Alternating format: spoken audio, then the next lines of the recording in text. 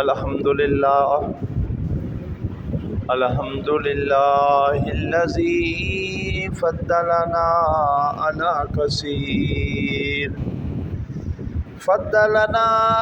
کثیر ممن خلق تفضیلا اشہد ان لا الہ الا هو شہادۃ تدخل قائلها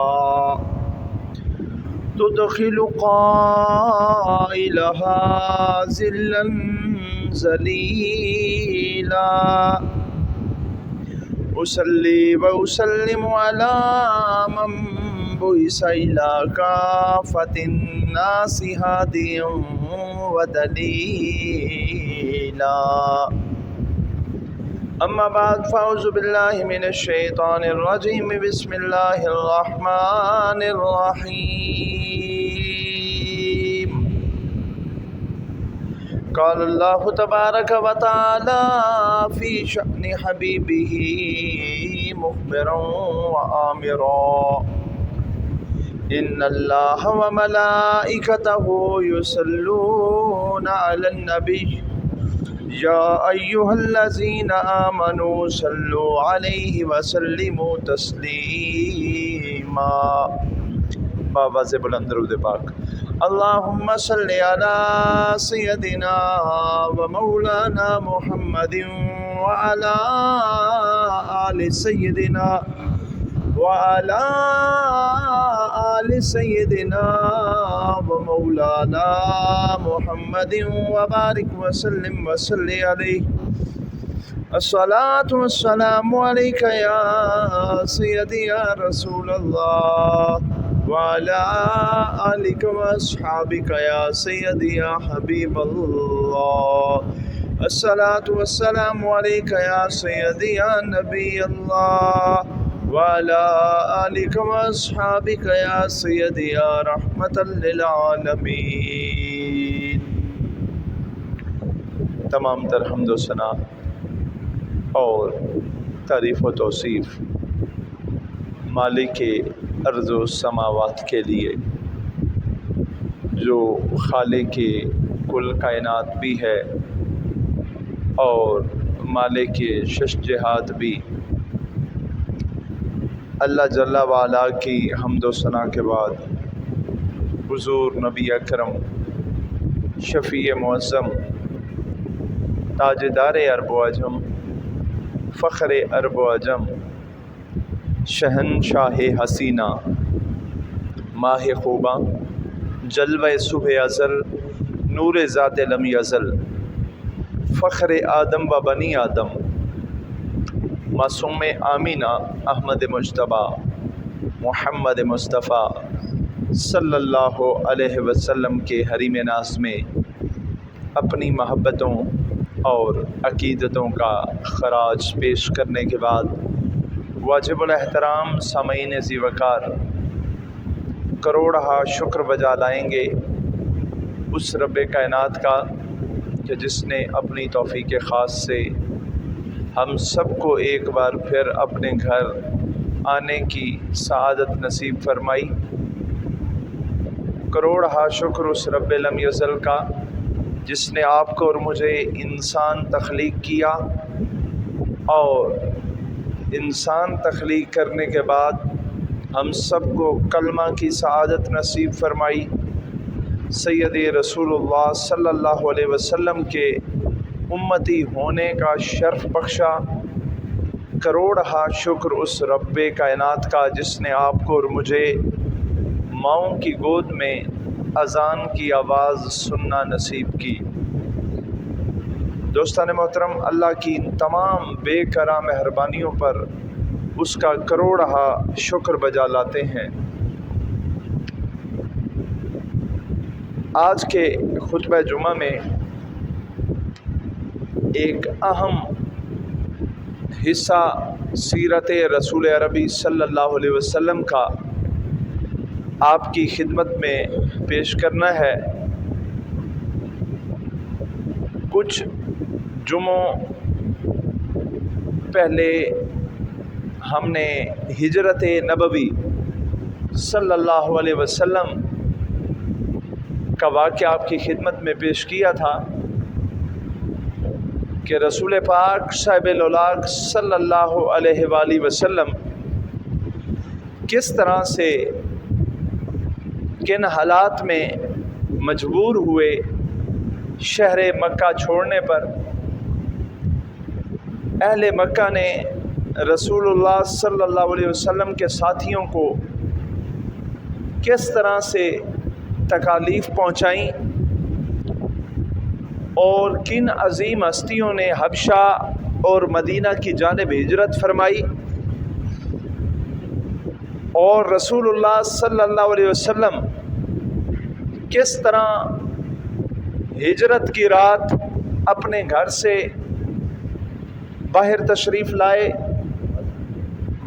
اور پھر کس طرح سے حضرت سیدنا صدیق اکبر رضی اللہ تعالی عنہ کے ساتھ غار ثور تک پہنچے۔ رسول اللہ صلی اللہ علیہ وسلم کی ہجرت کا یہ واقعہ اپنے ابتدائی مراحل میں نے بیان کر دیا تھا، لیکن اس کا ایک مبارک حصہ ببرکت حصہ اس وقت باقی رہ گیا تھا، یعنی وہ منظر اور وہ تاریخی واقعات جن کے ذریعے آپ صلی اللہ علیہ وسلم مدینہ منورہ کے اندر تشریف لائے۔ مدینہ منورہ میں آپ کی آمد کس طرح سے ہوئی ہے، آج سیدی رسول اللہ کی آمد مدینہ منورہ میں، اس حوالے سے کچھ چند ایک معروضات میں نے آپ کی خدمت میں پیش کرنی ہے، تاکہ سیرت رسول عربی صلی اللہ علیہ وسلم کا یہ روشن باب بھی آپ کی اور میری سماعتوں کی نظر ہو، میں اسے کما حقو بیان کرنے کی کوشش کروں اور آپ اسے سننے اور سمجھنے کی کوشش کریں، تاکہ ہم سیدی رسول اللہ صلی اللہ علیہ وسلم کے حالات زندگی سے زیادہ آگاہی حاصل کریں، اور دیکھیں وہ ماہ کامل جو کہ آمنہ کا لال تھا، وہ کس طرح ایک ایسا شہر جسے یثرب کہا جاتا تھا، بیماریوں کا گھر جس شہر کو کہا جاتا تھا، اسے آ کر ہر دکھیارے کے لیے شفا گاہ بنا دیا۔ دوستان محترم، جب رسول پاک صاحب الاولاق صلی اللہ علیہ وسلم آپ غار ثور سے نکل کر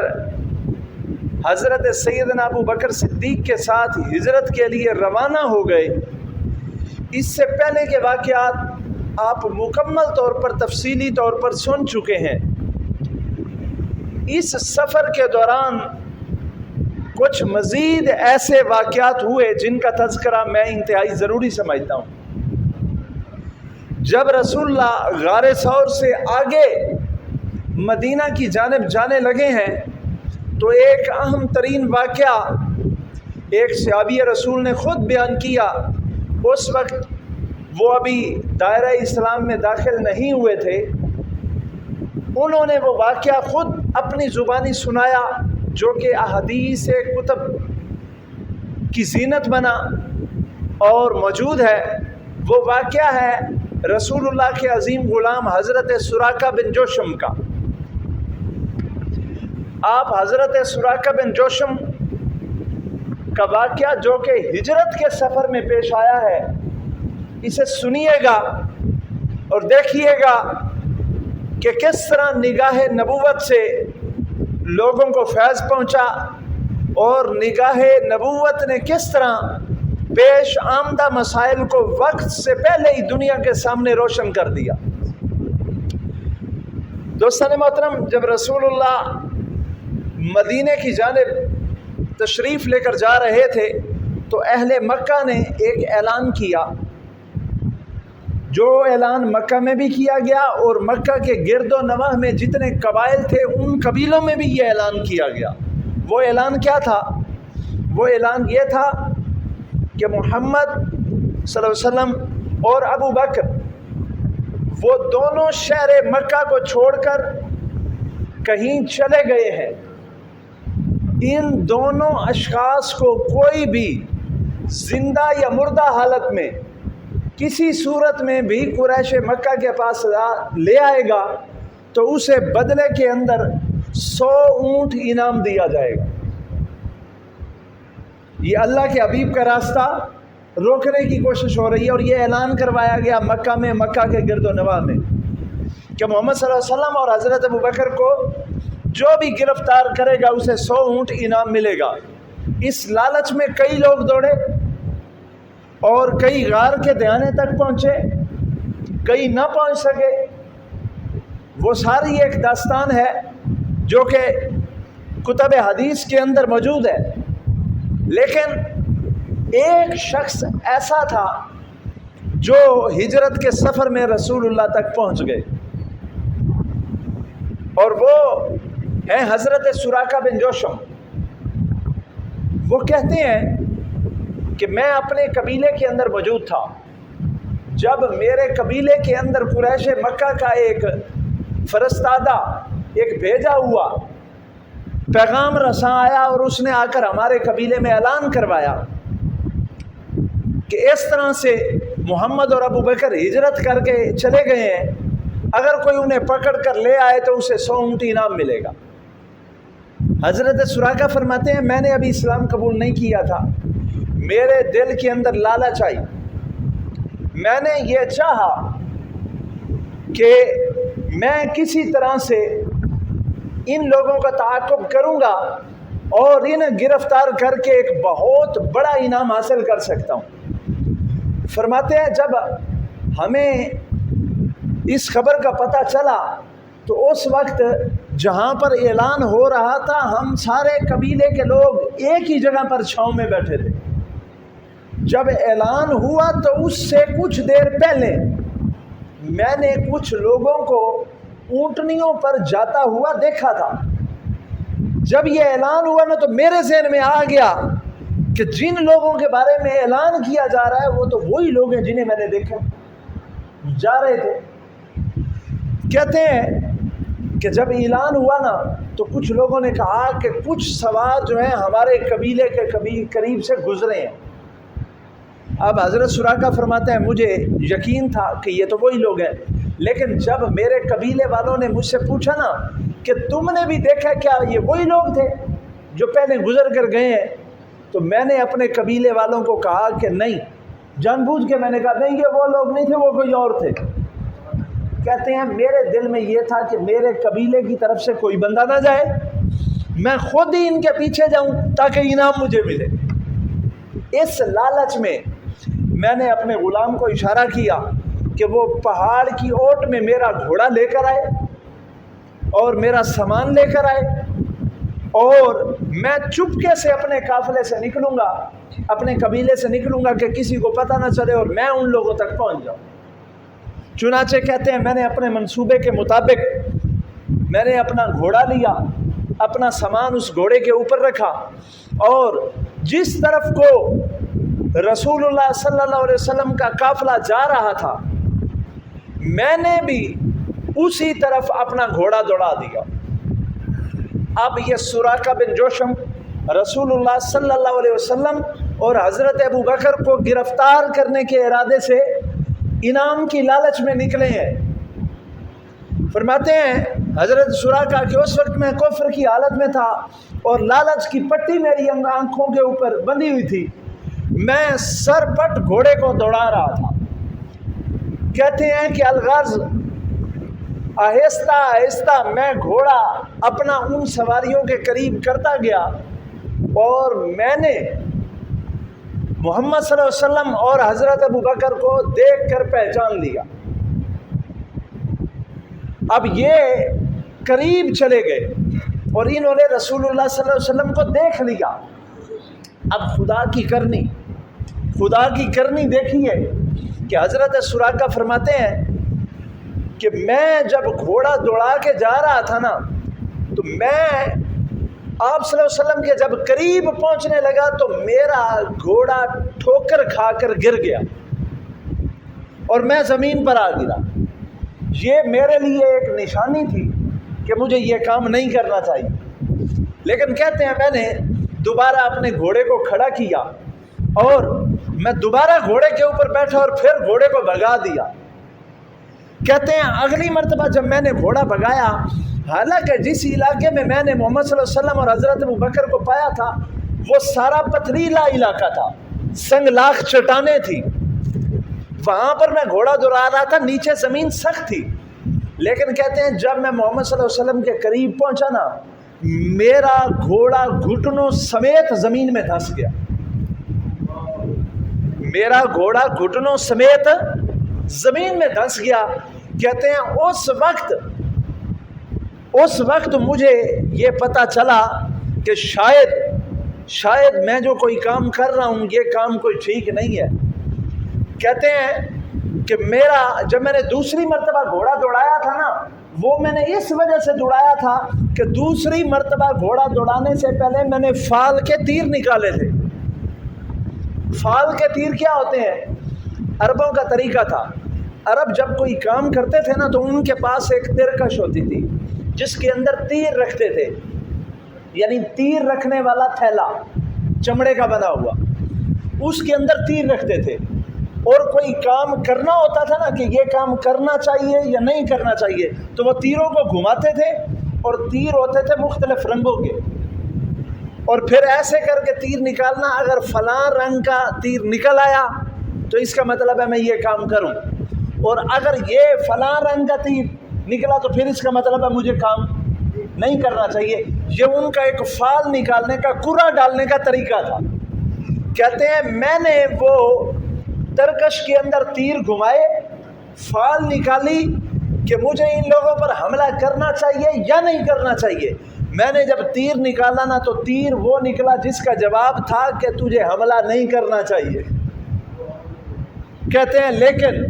میری آنکھوں کے اوپر لالچ کی پٹی بندھی ہوئی تھی، میں ایک تیر کی بات کیا مانتا، میں نے وہ تیروں کو پھینکا اور میں نے پھر بھی سر پٹ گھوڑا دوڑا دیا۔ جب عین رسول اللہ کے سامنے میں پہنچا نا تو میرا گھوڑا گھٹنوں سمیت زمین میں دھنس گیا۔ جب میں نے دیکھا کہ سنگلاخ پہاڑی چٹانوں کے اندر زمین میں گھوڑا دھنس گیا ہے، اس وقت مجھے شرم آئی اور میرے دل نے کہا بھئی یہ کوئی معاملہ بہت عجیب ہے، جو تیرے سامنے ہستی موجود ہے وہ کوئی عام شخصیت نہیں ہے۔ فرماتا ہے پھر میرے دل نے سچی توبہ کی، میں نے اپنا ارادہ بدلا اور میں اپنے کام سے باز آ گیا۔ فرماتے ہیں اب میں رسول اللہ کے قریب پہنچ چکا تھا جب میرے گھوڑے کے پاؤں زمین میں دھنسے۔ رسول اللہ نے مجھے دیکھا تو رسول اللہ مجھے دیکھ کر مسکرائے، اور اس وقت میں نے اللہ کے حبیب کو کہا کہ اے اللہ کے حبیب، مجھ سے غلطی ہوئی ہے، میں آپ پر حملہ کرنا چاہتا تھا اور میں آپ کو پکڑنے کی نیت سے آیا تھا، لیکن میں دیکھ چکا ہوں کہ آپ واقعی کوئی عظیم ہستی ہیں، آپ کوئی سچے خدا کی سچی نشانی ہے، میں جان گیا ہوں، مہربانی کریں مجھ سے جو خطا ہوئی ہے مجھے اس کی معافی دے دیں۔ تو حضور نے حضرت سراقہ کو فرمایا اے سراقہ، تم نے سچے دل سے کیونکہ توبہ کر لی تو ہم نے تمہیں معاف کر۔ تو حضرت سراقہ کہتے ہیں میں نے حضرت رسول پاک کو کہا کہ اللہ کے حبیب آپ مہربانی کریں، آپ نے مجھے زبان سے تو معاف کر دیا ہے، مجھے آپ تھوڑا سا کسی ٹکڑے کے اوپر امان نامہ لکھ دیں کہ آپ نے مجھے معاف کر دیا، وہ مجھے کسی ٹکڑے کے اوپر لکھ دیں تاکہ کبھی پھر زندگی میں آمنا سامنا ہو تو میرے پاس وہ تحریر موجود ہونی چاہیے کہ آپ نے مجھے معاف کر دیا تھا۔ تو حضرت سراقہ فرماتے ہیں رسول پاک صاحب الولاد صلی اللہ علیہ وسلم نے حضرت ابوبکر کو کہا کہ ابوبکر انہیں تحریر لکھ دیں، تو حضرت ابوبکر کا غلام عامر بن فہیرہ جو ساتھ تھے انہوں نے ایک چمڑے کا ٹکڑا اٹھایا اور اس کے اوپر تحریر نامہ لکھ دیا کہ یہ تحریر نامہ ہے محمد صلی اللہ علیہ وسلم کی طرف سے سراقہ بن جوشم کے لیے کہ سراقہ آج کے بعد جب بھی ہمارے پاس آئے گا ہم نے اسے معاف کیا اور ہم اسے امن دیتے ہیں، ہم اسے امان نامہ لکھ کر دیتے ہیں۔ تو وہ تحریر حضرت سراقہ کو تھما دی۔ اب جب تحریر جب تحریر حضرت سراقہ کو دی گئی نا، کیسا منظر ہوگا ہے جی؟ ایک انسان آیا ہے پکڑنے کے ارادے سے، قتل کرنے کے ارادے سے، اتنے مبارک سفر کے اندر، لیکن اب اللہ کی نشانیاں دیکھ کر وہ سمجھ چکا ہے کہ یہ ہستی کو یہاں ہستی نہیں ہے۔ حضرت سراقہ فرماتے ہیں جب مجھے حضور نے امان نامہ دیا نا، کہ بات آگے والی بڑی سننے والی ہے، بڑی سننے والی بات ہے۔ حضرت سراقہ فرماتے ہیں کہ مجھے اللہ کے حبیب نے فرمایا، اے سراقہ، میں تیرے ہاتھوں میں کسرا بادشاہ کے کنگن تیرے ہاتھوں میں دیکھ رہا ہوں، اور تو ہمیں قتل کرنے آیا ہوا تھا۔ کہتے ہیں جب یہ حضور نے بات کی نا، مجھے بڑا تعجب ہوا۔ میں نے کہا یا رسول اللہ، کسرا فارس کے ہاتھوں کے کنگن میرے ہاتھ میں آنے ہیں؟ فرماتے ہیں کہ اس وقت مجھے اللہ کے حبیب نے کہا، کیا سراقہ سن، آج میں حالت سفر میں ہوں، مجھے اپنے گھر سے نکال دیا گیا ہے، ہجرت کرنے کا مجبور کر دیا گیا ہے، اور اسلام کی حکومت اس وقت، جب یہ واقعہ ہوا ہے 1 انچ زمین پر بھی اسلام کی حکومت نہیں تھی، ابھی کسی خطے پر اسلام کی حکومت نہیں آئی تھی۔ فرماتے ہیں اس وقت مجھے اللہ کے حبیب نے فرمایا کہ اے سراقہ، آج ہمارے پاس اگرچہ کچھ نہیں، لیکن ایک وقت آئے گا، ایک وقت آئے گا کہ اسی روئے زمین کے اوپر اسلام کی حکومت بنے گی، اسلام کا جھنڈا ان زمینوں پر لہرائے گا، اور پھر ہم آہستہ آہستہ ممالک کو فتح کریں گے، اور پھر ایک وقت آئے گا کہ ہم فارس کا ملک، پرشین ایمپرل، یہ آدھی دنیا کا بادشاہ تھا، کسرا فارس آدھی دنیا کا اکیلا بادشاہ تھا۔ حضور نے سراقہ کو فرمایا، کیا سراقہ، میرے غلام کسرا فارس کا تخت مٹا دیں گے، اور کسرا کے ملک کے اوپر بھی ہماری حکومت آ جائے گی، اور جب کسرا کا ملک فتح ہوگا، اس کے محل کے اندر جو زیورات ہیں، اور جو اس کے ہاتھوں کے اندر کنگن پہنے ہوئے ہیں، سونے کے کنگن، وہ آدھی دنیا کے بادشاہ کی نشانی تھی۔ حضور نے فرمایا وہ سونے کے جو کنگن ہیں وہ مال غنیمت کے اندر آئیں گے، اور سراقہ وہ تیرے ہاتھوں میں پہنائے جائیں گے، اور تو آج ہمیں مٹانے پہ آیا ہو۔ اب یہ کتنی بڑی پیشین گوئی ہے جی، غیب دان نبی، سبحان اللہ، کتنی بڑی پیشین گوئی۔ حضور فرما رہے ہیں، ابھی حضور راستے میں ہیں، مدینہ بھی نہیں ابھی مسلمانوں کے لیے دارالسلطنت بنا، اور حضور آدھی دنیا کے بادشاہ کے بارے میں یہ کہہ رہے ہوں کہ ان کی بادشاہتیں مٹ جائیں گی، اور ان کے ہاتھوں میں جو کنگن پہنے ہوئے ہیں وہ بھی سراقہ تیرے ہاتھوں میں آ جائے گے۔ فرماتے ہیں مجھے تعجب ہوا، میں نے پوچھا یا رسول اللہ، کیا واقعی کسرا فارس کی بات کر رہے ہیں؟ تو حضور نے فرمایا ہاں، کسرا فارس کی بات۔ دوستان محترم،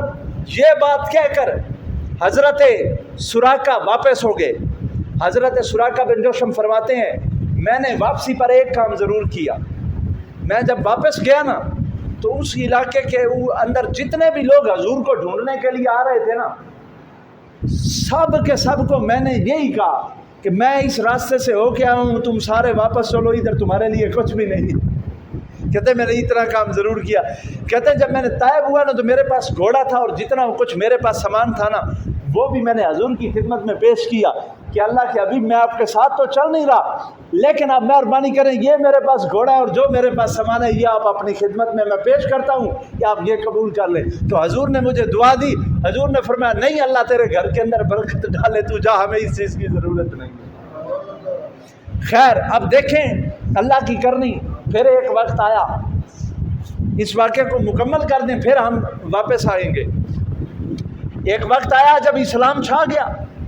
مدینہ کے اندر اسلام، سارے عرب کے اندر اسلام، مکے کے اندر اسلام، یمن کے اندر اسلام، اور پورے عرب کے خطے کے اندر نبی پاک کے دور میں اسلام پھیل گیا، اور حضرت سراقہ بھی اسلام قبول کر گئے۔ اور پھر جب فتح مکہ ہوا پھر بھی واضح طور پر آپ نے آ کر کھلم کھلا اپنے اسلام کا اظہار بھی کر دیا۔ حضرت سراقہ اسلامی فوجوں میں شامل ہو گئے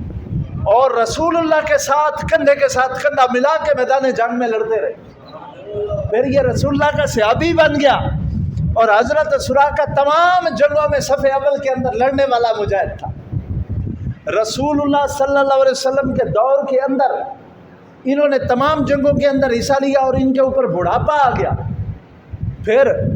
رسول اللہ صلی اللہ علیہ وسلم کے دور کے بعد حضرت سیدنا ابو بکر صدیق کا زمانہ آیا۔ جب حضرت ابو بکر صدیق کا زمانہ آیا نا تو رسول پاک صاحب الاولاق صلی اللہ علیہ وسلم انہیں وصیت کر کے گئے۔ حضور نے فرمایا اے ابو بکر، فارس کا علاقہ یا تمہارے دور میں فتح ہو جائے گا یا تمہارے بعد والے خلیفہ کے دور میں، جس کے دور میں بھی کسرا کا علاقہ یعنی سلطنت فارس فتح ہو، جب مال غنیمت آئے تو اس مال غنیمت میں دیکھنا 2 سونے کے کنگن ہوں گے، وہ تم نے سراقہ کو پہنانے، وہ تم نے سراقہ کو پہنانے۔ حضرت ابو بکر صدیق کے دور میں جنگیں ہوئیں، بڑی بڑے مارکے ہوئے، حضرت سراقہ ساتھ رہے اور بستر مرگ پہ آ گئے، بڑھاپے کے عالم میں بالکل بیمار ہو گئے، اور آپ کے گھر والے آپ کے ارد گرد اکٹھے ہو گئے کئی مرتبہ، اور انہوں نے کہا سراقہ کا آخری وقت ہے۔ جب آپ کے گھر والے روتے تھے اور کہتے تھے کہ سراقہ کے اوپر آخری وقت آ گیا ہے، تو اس وقت حضرت سراقہ خوش ہو کر کہتے تھے کہ تمہیں کیا ہو گیا، تم میرے اوپر کیا روتے ہو، تمہیں کیا یہ لگتا ہے کہ مجھے موت آ جائے گی؟ مجھے ابھی موت نہیں آتی،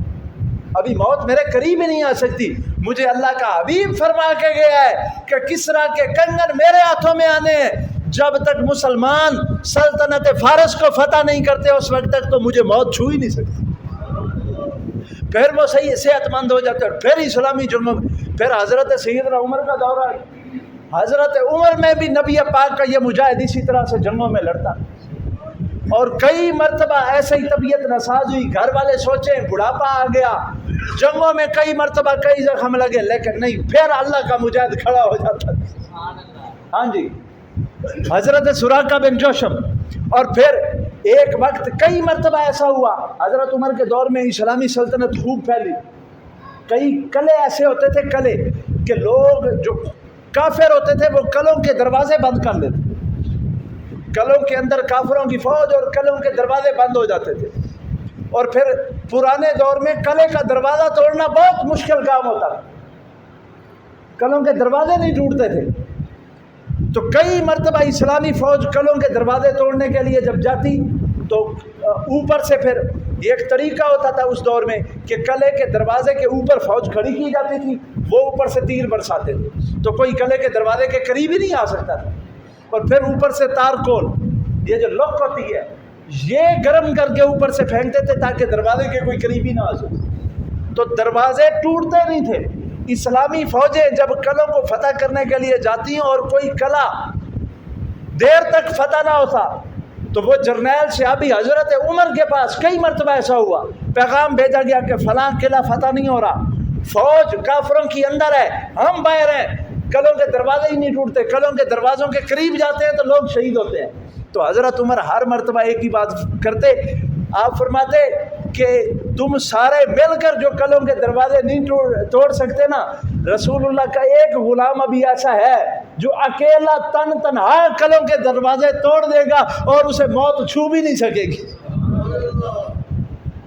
تو پھر حضرت عمر حضرت سراقہ کو کہتے کہ اے سراقہ بن جوشم، مہربانی فرمائیں اس محاذ کے اوپر آپ تشریف لے جائیں، آپ قلعے کے دروازے کو توڑیں، ہزاروں تیر بھی آپ کو چھوئیں گے تو آپ کو موت نہیں آ سکتی، کیونکہ اللہ کا حبیب فرما کے گیا ہے جب تک کسرا کی سلطنت کے ٹکڑے ٹکڑے نہیں ہوتے اور اس کے کنگن سراقہ بن جوشم کے ہاتھوں میں نہیں آتے تب تک سراقہ کو موت نہیں آئے گی۔ یہ اعتماد تھا نبی پاک کے غلاموں کا اللہ کے حبیب کے اوپر۔ ایسے ہی ہوا، کتنے قلعوں کے دروازے رسول اللہ کا یہ صحابی قلعوں کے دروازے توڑنے کا ماہر تھا، اور اسلام کے کئی قلعے جو فتح ہوئے ہیں وہ حضرت سراقہ کی وجہ سے فتح، یہ رسول اللہ کے وہ عظیم تھے۔ اور پھر حضرت عمر کے آخری دور کے اندر وہ وقت آیا جب مسلمانوں نے کسرا کی سلطنت کے اوپر حملہ کیا، وہ آدھی دنیا کا بادشاہ، رومن ایمپرل اور پرشین ایمپرل، انہوں نے پوری دنیا کو بانٹا ہوا تھا، آدھی دنیا کے اوپر رومن حکومت کرتے تھے اور آدھی دنیا کے اوپر پرشین۔ حضرت عمر کے دور میں پہلے رومنز کو الٹا دیا گیا اور پھر پرشین ایمپرر جو اپنے آپ کو سب سے طاقتور ترین دنیا کی سلطنت سمجھتے تھے، اللہ کے حبیب جب ان کی سلطنتوں میں پہنچے تو ان کی سلطنتوں کے ٹکڑے ٹکڑے ہو گئے اور وہاں بھی اللہ کے حبیب کا پرچم لہرا گیا اور فارس کی سلطنت مسلمانوں نے فتح کر لی۔ صحابہ فرماتے ہیں جب سلطنت فارس فتح ہوئی نا اور مال غنیمت اکٹھا ہو کے گیا نا مدینہ میں بھیجا گیا، حضرت عمر نے کبھی مال غنیمت کا پوچھا بھی نہیں تھا، لیکن جب حضرت عمر کو پتہ چلا نا کہ سلطنت فارس فتح ہوئی ہے تو وہ روز مدینے میں پوچھتے تھے کہ مال غنیمت ابھی نہیں آیا، کہ ابھی مال غنیمت پہنچا نہیں ہے مدینے میں، روزانہ پوچھتے تھے کہ کب وہ مال پہنچ رہے۔ فرماتے ہیں جب ہم نے انہیں بتایا نا تو وہ دوڑتے ہوئے مال غنیمت کی جانب آئے اور صحابہ فرماتے ہیں یوں کر کے الٹا پلٹا کے دیکھتے تھے سامان کو، اور سامان میں سے انہیں وہ 2 کنگن مل گئے، وہ جو آدھی دنیا کے بادشاہ کے نشانی تھی، وہ 2 کنگن ملے حضرت عمر کو۔ حضرت عمر نے وہ 2 کنگن اٹھائے اور وہاں سے آپ گئے، اور کچھ تاریخ کی کتب میں لکھا ہوا کہ حضرت عمر حضرت سراقہ کے گھر کی جانب پیدل گئے، پیدل بغیر جوتے پہنے ہوئے آپ، اور وہاں جب حضرت سراقہ کے گھر پہنچے وہ انتہائی ضعیف ہو چکے تھے اور گھر اپنے بستر پر تھے اور اٹھ کے چل بھی نہیں سکتے تھے۔ اس وقت حضرت عمر نے یوں اپنے دونوں بازوؤں کے اوپر یوں کر کے حضرت سراقہ کو اٹھایا اور اٹھا کر کیا کیا، اٹھا کر سیدھا لائے رسول اللہ کی درگاہ پر، حضور کے روضے پر لے آئے حضرت سراقہ، وہاں لائے اور وہاں کھڑا کر کے ایک طرف رسول اللہ کی قبر تھی،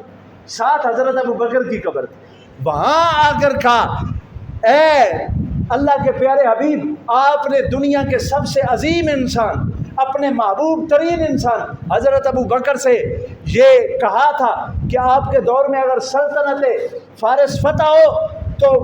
کسرا کے کنگن سراقہ کے ہاتھوں میں پہنانا، اور یا رسول اللہ آپ کے اس عظیم صحابی نے یہی وعدہ جو آپ کے ساتھ کیا تھا وہ میرے ساتھ کیا تھا،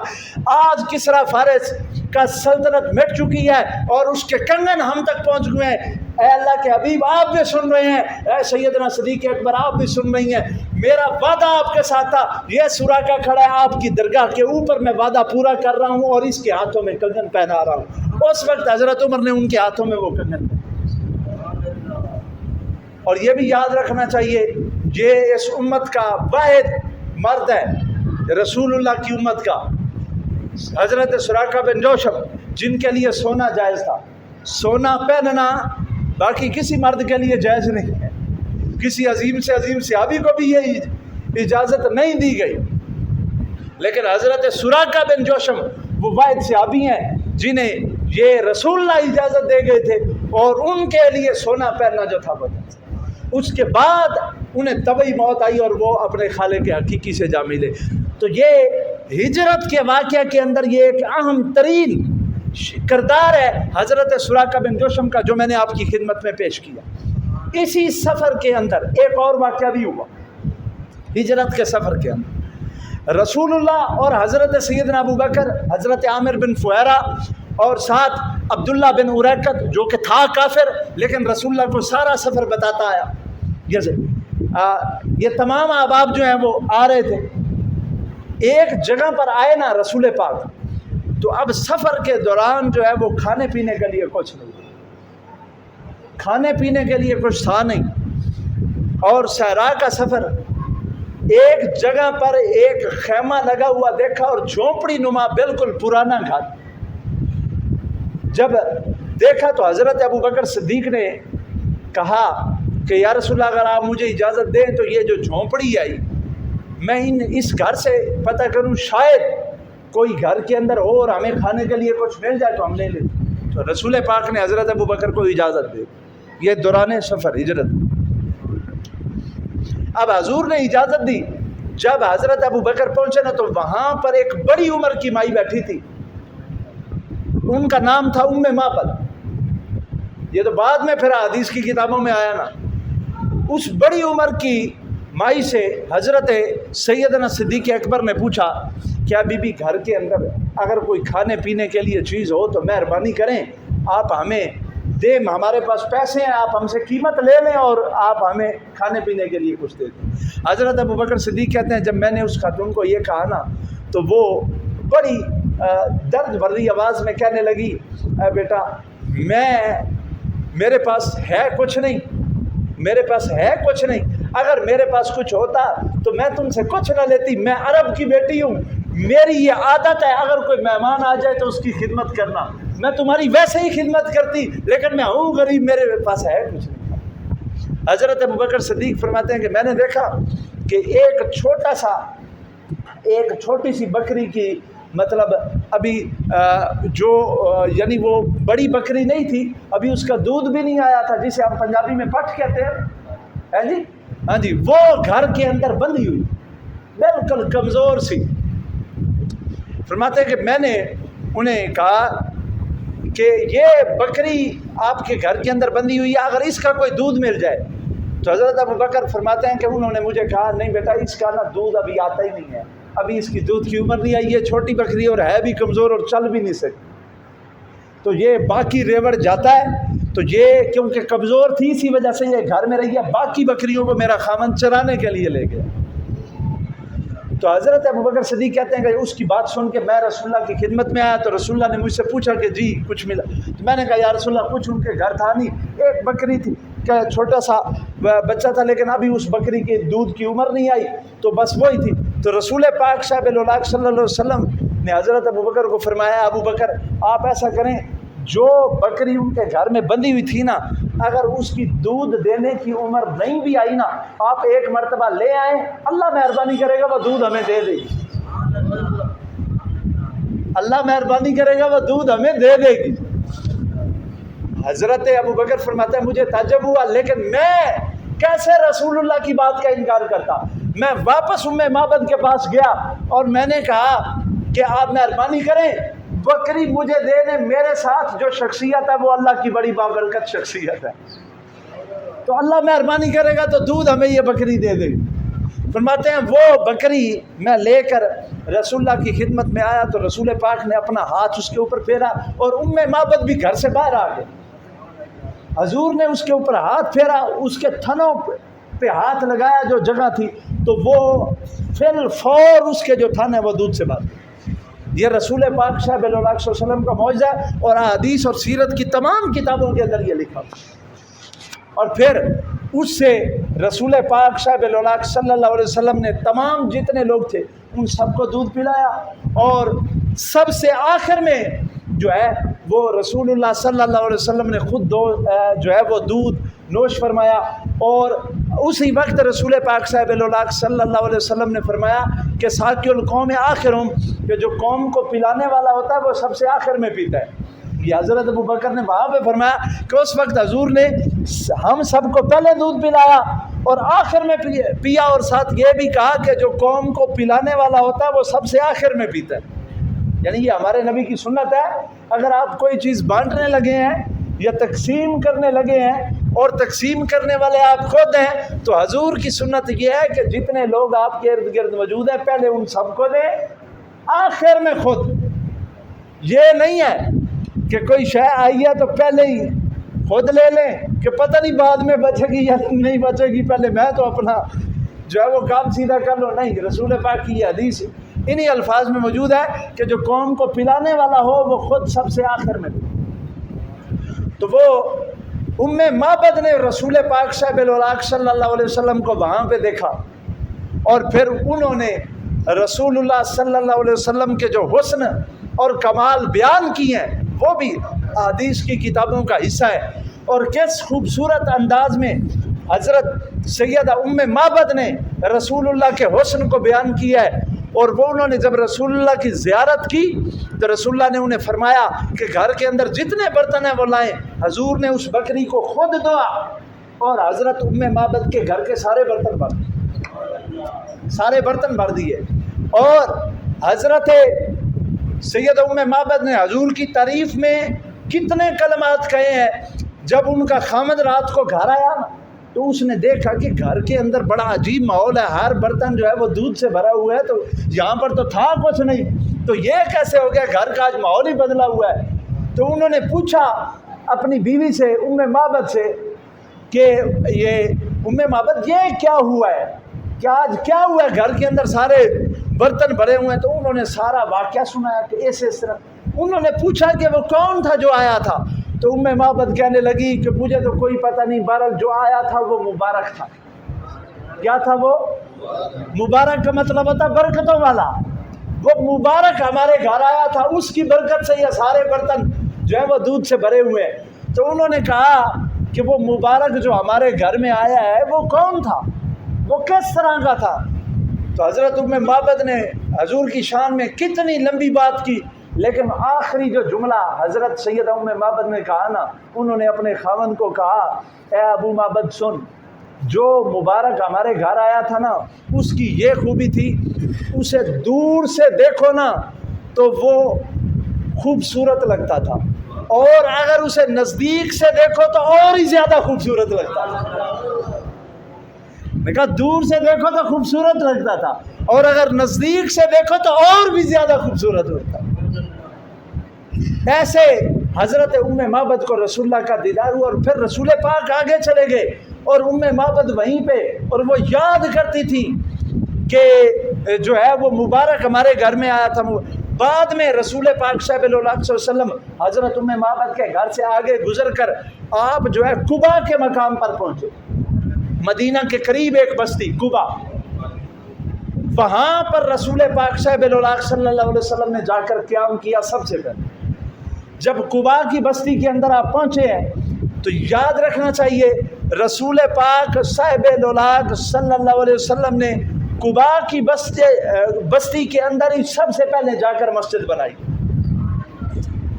جو اسلام کی سب سے پہلی مسجد ہے اسلام کی، وہ مسجد قبا ہے. یہ رسول پاک صاحب صلی اللہ علیہ وسلم نے خود اپنے ہاتھوں سے بنائی. اور یہ شہر مدینہ سے تھوڑا ہٹ کے ایک آبادی تھی، ایک بستی تھی. وہاں پر چند مسلمان موجود تھے. جب حضور وہاں پر پہنچے ہیں تو حضور نے وہاں قیام کیا، اور امام بخاری کے مطابق رسول پاک صاحب لولاک صلی اللہ علیہ وسلم نے 10 دنوں سے بھی زیادہ وہاں پر قیام کیا. اور رسول پاک صاحب صلی اللہ علیہ وسلم نے وہاں مسجد تعمیر فرمائی. پھر آپ قبا کی بستی سے آپ آگے مدینہ کی جانب گئے ہیں، اور مدینہ کا کیا منظر آپ یہ دیکھیں. رسول پاک صاحب لولاک صلی اللہ علیہ وسلم کے مدینہ پہنچنے کی خبر اہل مدینہ کو پہنچی ہوئی تھی کہ رسول پاک مدینہ آنے والے ہیں، لیکن 12 دن لگتے تھے، 12 دن مکہ سے مدینہ آنے میں پیدل عموماً. لیکن جب حضور آئے تو حضور نے کچھ دن قبا کے اندر قیام کر لیا، وقت زیادہ لگ گیا. اب مدینے والے کیا کرتے تھے، مدینے کے اندر رسول اللہ کے جو غلام جو پہلے ہی مسلمان وہاں پہ پہنچ چکے تھے، اور جو مدینے کے رہائشی جو مسلمان ہو چکے تھے، وہ روزانہ شہر سے نکلتے تھے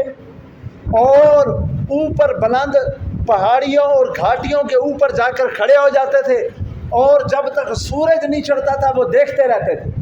کہ کہیں سے اللہ کا حبیب آئے گا. سارا دن، اور درختوں جو کھجور کے تنوں کے اوپر چڑھ کے اوپر بیٹھ کے کھجوروں سے دیکھتے تھے کہ شاید کوئی سواری آتی نظر آئے. ایسے رسول اللہ کا روزانہ انتظار کرتے، اور جب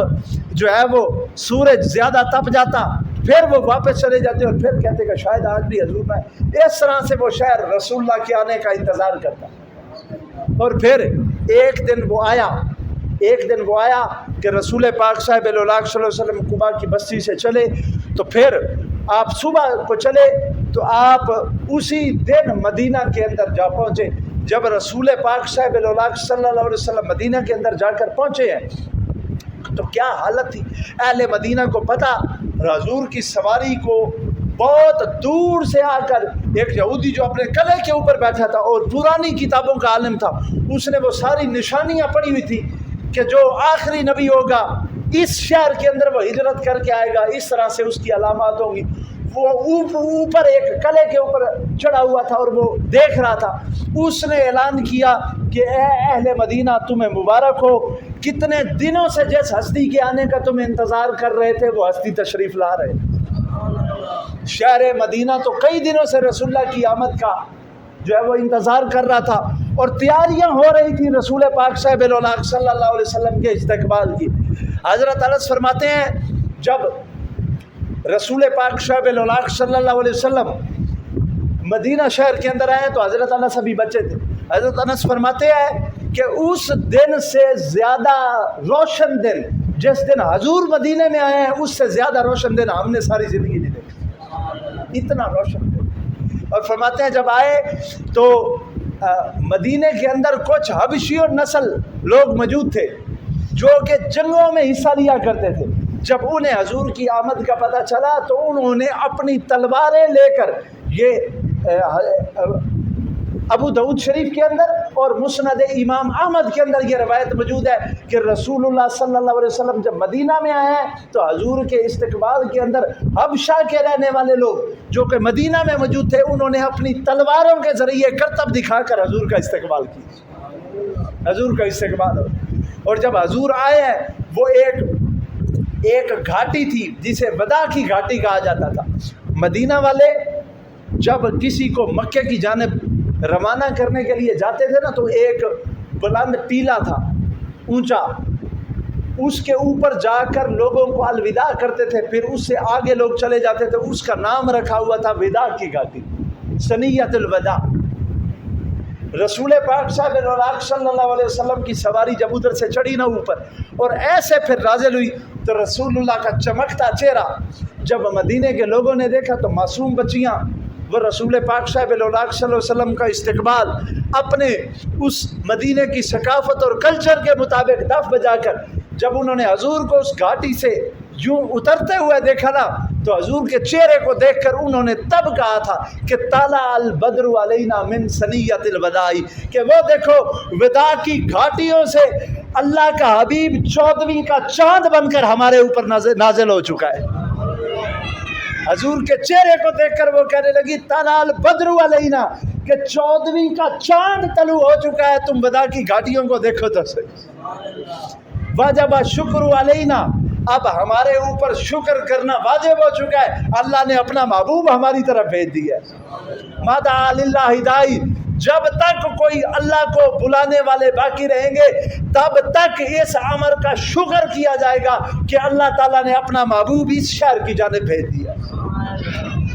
تو یہ رسول پاک صاحب الاولاق صلی اللہ علیہ وسلم کا استقبال ہوا ہے. حضور مدینہ میں آئے ہیں، حضور مدینہ میں آئے ہیں. مدینے کے سارے بڑے بڑے سردار، بڑے بڑے عظیم گھروں والے، رسول اللہ کے کتنے بڑے بڑے صحابی وہاں پر موجود جو حضور سے پہلے ہی پہنچ چکے تھے. حضور کی اونٹنی کو پکڑے، ہر سردار یہ کہے کہ اللہ کے حبیب آپ میرے گھر کے اندر آئے. مدینے کے سردار حضرت سعد بن معاذ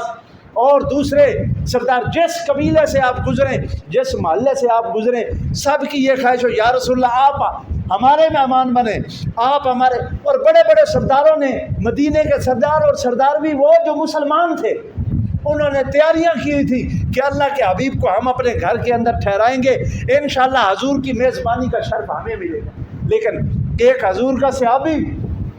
جو مدینے میں تھا اور تھا بھی حضور کے ننیال میں، یاد رکھیں حضور کا ننیال مدینے کے اندر تھا. حضور کے دادا حضرت عبد المطلب کی والدہ حضرت سلمہ مدینے کے قبیلے بنو نجار کی بیٹی تھی. اس وجہ سے بنو نجار کا جو محلہ تھا وہ حضور کا ننیال تھا. رسول پاک صاحب الاولاق صلی اللہ علیہ وسلم کی اونٹنی کو کوئی بھی پکڑتا نا سردار مدینے کا تو حضور فرما دیتے کہ میری اونٹنی کو چھوڑ دو، یہ اللہ کے حکم پر مامور ہے، اسے پتہ ہے کہ میں نے کہاں ٹھہر. اب سارے اپنے گھروں کو سجا کے اپنے گھروں کے اندر طرح طرح کے انتظامات کر کے بیٹھے ہیں کہ اللہ کا حبیب آئے گا اور ہمیں میزبانی کا شرف ملے گا. لیکن ایک غریب صحابی ہے جو اپنے گھر کے اندر بیٹھا ہے، وہ استقبال کرنے کے لیے بھی باہر نہیں آیا. کس غم میں کہ یار میں مدینے کا ایک بالکل غریب انسان ہوں تو میں بھی اسی حبیب کا غلام، لیکن کاش آج میرے پاس بھی کوئی اچھا گھر ہوتا، میرے پاس بھی کچھ ہوتا، میرے پاس کوئی سرداری ہوتی یا میرے گھر کے اندر کوئی سامان ہوتا تو میں بھی آگے بڑھ کر حضور کی اونٹنی کی مہار پکڑتا اور حضور کو یہ کہتا کہ یا رسول اللہ آپ میرے گھر آ کر مہمان بنے.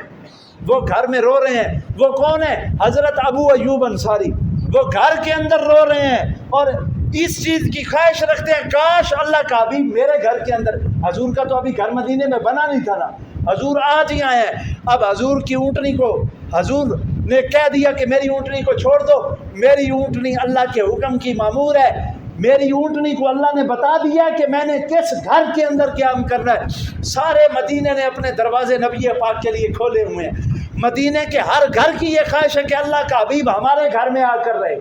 یہ شرف ہمیں حاصل ہو، حضور کی میزبانی ہمیں مل جائے۔ لیکن رسول پاک صاحب الاولاق صلی اللہ علیہ وسلم نے اپنی اونٹنی قصوہ کو چھوڑ دیا۔ اب حضور کی اونٹنی قصوہ جو ہے مدینے کی گلیوں کے اندر گھوم رہی ہے، اور جب کہا گیا تو پھر لوگوں نے حضور کی اونٹنی کو پکڑا نہیں، ہاتھ باندھ کے کھڑے دعائیں کر رہے ہیں کہ حضور کی میزبانی کا شرف ہمیں مل جائے۔ حضور کی اونٹنی گھومتی گھامتی مدینہ کی گلیوں کے اندر، جہاں پر حضرت ابو ایوب انصاری کا گھر تھا، حضرت ابو ایوب انصاری کے گھر کے دروازے کے سامنے آ کے حضرت رسول عربی کی اونٹنی قصوہ بیٹھ گئی۔ جب حضور کی اونٹنی بیٹھی نا تو صحابہ دوڑے حضرت ابو ایوب انصاری کے گھر میں،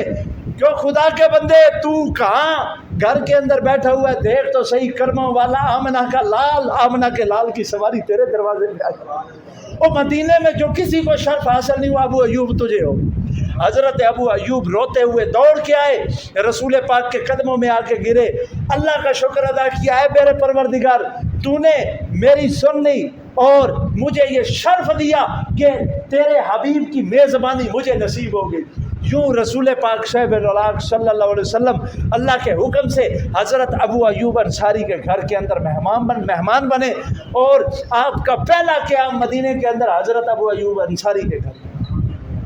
دوستان محترم، یہ رسول پاک صاحب الاولاق صلی اللہ علیہ وسلم کی شہر مدینہ کے اندر تشریف آوری تھی۔ یہ ہجرت کا وہ واقعہ تھا جو میں نے ہجرت کے جب واقعات بیان کیے تھے تو یہ سارا ٹکڑا اس وقت رہ گیا تھا، تو میرا وعدہ تھا کہ انشاءاللہ اس واقعے کو پورا کریں گے۔ آج الحمدللہ اسے کوشش کی ہے کہ اسے مکمل کر دیا ہے۔ اللہ تعالیٰ سیدی رسول اللہ کی سیرت مبارکہ کو ہم سب کو سمجھنے کی توفیق عطا فرمائے۔ سیدی رسول اللہ کا عشق اللہ تعالیٰ ہم سب کو نصیب فرمائے، ہماری آنے والی نسلوں کو بھی رسول اللہ کی سچی غلامی اللہ نصیب فرمائے۔ دوستان محترم، اب سب سے آخر میں ایک گزارش بھی میں